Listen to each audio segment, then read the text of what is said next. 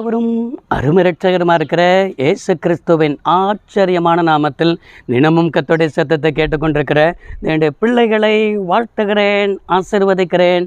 நீங்கள் ஆசீர்வதிக்கப்பட்டவர்கள். இந்த நாளிலும் கூட கர்த்தர் உங்களை பார்த்து சொல்கிற ஒரு வார்த்தை, பயமில்லாத வாழ்க்கை என்று ஆண்டவர் பேசி கொண்டிருக்கிறார். நம்முடைய வாழ்க்கையில் நம்ம ஒவ்வொரு காரியத்துக்கும் பயந்து போவோம் என்று அறிந்து தான் இந்த வேதாகமத்தில் ஒவ்வொரு நாளுக்கும் 365 முறை பயப்படாதே என்கிற வார்த்தையை கர்த்தர் இந்த வேத புத்தகத்தில் ஆண்டவர் எழுதி வைத்திருக்கிறார். அப்போஸ்தலனாக இருக்கிற பவுல் உத்தம குமாரனாகிய தீமோத்தேயுக்கு எழுதும் பொழுது 2 தீமோத்தேயு 1ஆம் அதிகாரம் 7வது வசனத்தில் இவ்வாறாய் பார்க்க முடிகிறது, தேவன் நமக்கு பயமுள்ள ஆவியை கொடாமல் பலமும் அன்பும் தெளிந்த புத்தியும் உள்ள ஆவியையே கொடுத்திருக்கிறார். கர்த்தருடைய பிள்ளைகளே, அவரால் ரட்சிக்கப்பட்ட தேவனுடைய ஜனமே, உங்களுக்கு ஒப்பானவர்கள் இந்த பூமியில் யார் உண்டு?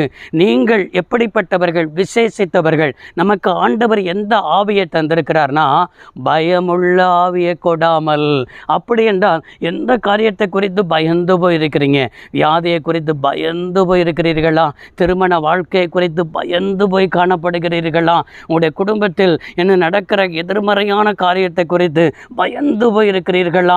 எந்த ஒரு காரியத்தை குறித்து பயந்து போய் நித்தம் பயந்து போய் செத்து கொண்டிருக்கிறீர்களோ? நித்தம் உங்களுக்குள்ள பயப்படுகிற ஒரு ஆவியே செயல்பட்டு உங்களை சோர்வடைய பண்ணி கொண்டிருக்கிறதோ?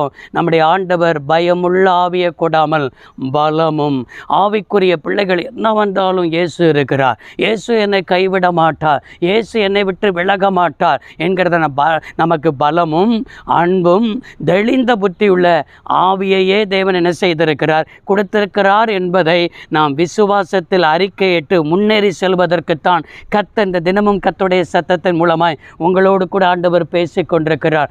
பயமில்லாத வாழ்க்கை என்பது பிரச்சனைகள் இல்லாத வாழ்க்கை அல்ல. இன்னைக்கு பிரச்சனையே இல்லை, எனக்கு பயமே இல்லைப்பா அப்படின்னு சொல்லி நீங்கள் நினச்சிடக்கூடாது. பிரச்சனைகள் நடுவிலும் கூட தேவன் என்னோடு இருக்கிறார் என்கிற நம்பிக்கையில் வாழ்கிற ஒரு வாழ்க்கை தான் பயமில்லாத ஒரு வாழ்க்கை. நன்றாய் விளங்கி கொள்ளணும். பிரச்சனைகள் இருக்கத்தான் செய்யும். ரட்சிக்கப்பட்ட தேவனுடைய பிள்ளைகளுக்கு ஆண்டவர் சொல்லுகிறார், நீதிமானுக்கு வருகிற துன்பம் அநேகமாக தான் இருக்கும். உலகத்தில் உபத்திரவம் உண்டுன்னு தான் இயேசு சொன்னாரே தவிர உலகத்தில் உபத்திரவம் இல்லைன்னு சொல்லலை. உலகத்தில் உபத்திரவம் இருக்கும், பாடு இருக்கும், பிரச்சனைகள் இருக்கும். இதன் மத்தியில் தான் என் தேவன் நமக்கு வாக்கு பண்ணுகிற ஒரு வார்த்தை என்ன தெரியுமா? இதன் மத்தியில் நான் உங்களோடு கூட இருக்கிறேன் என்கிற நம்பிக்கையோடு நீங்கள் என்ன செய்யணும்?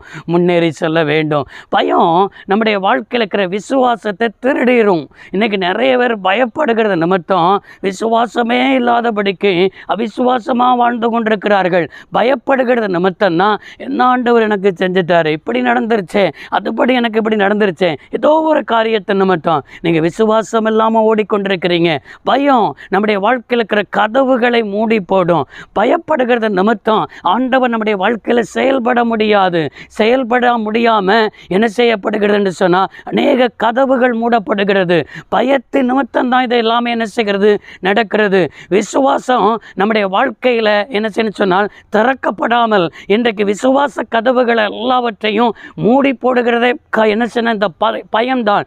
இன்றைக்கு உங்களுடைய வாழ்க்கையில் விசுவாசம் எப்போது அதிகரிக்கிறதோ அப்பொழுதுதான் சில கதவுகளே என்ன செய்யப்படும், திறக்கப்படும்.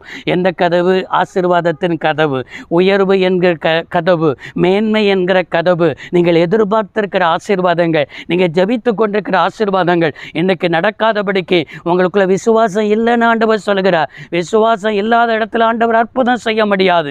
இயேசு எல்லா அற்புதத்தையும் நன்றாய் வேதத்தில் தியானம் பண்ணி பாருங்கள். விசுவாசிக்கிறாயா என்று ஆண்டவர் கேட்கிறார். இந்த வார்த்தையை கேட்டுக்கொண்டிருக்கிற என்னுடைய பிள்ளைகளே, இன்னைக்கு ஏதோ பயத்தில் தான் இருக்கிறீங்க. உங்களுக்கு நிறைய பயத்தின் ஆவி இருக்குது. ஏதோ பயத்தின் ஆவியில் நீங்கள் உட்கார்ந்து கொண்டிருக்கிறதா ஆவியில் காண்பிக்கிறார். இந்த வார்த்தையை கேட்கும்போது கர்த்தர் உங்களை விட்டு இந்த பயத்தின் ஆவி விலகி போகிறதை என்னால் பார்க்க முடிகிறது. உங்களுக்குள்ள பலம் வருகிறது, அன்பு வருகிறது, தெளிந்த புத்தி வருகிறது. 2 தீமோத்தேயு 1ஆம் அதிகாரம் 7வது வசனம் இப்பொழுது நிறைவேறுகிறது என்று வாக்கு பண்ணுகிறார். ஜெபிப்போம். சர்வ வல்லமையுடைய தேவமே, இப்பொழுதே பயத்தின் ஆவி பிள்ளைகளை விட்டு நீங்கி போனதற்காக நன்றி.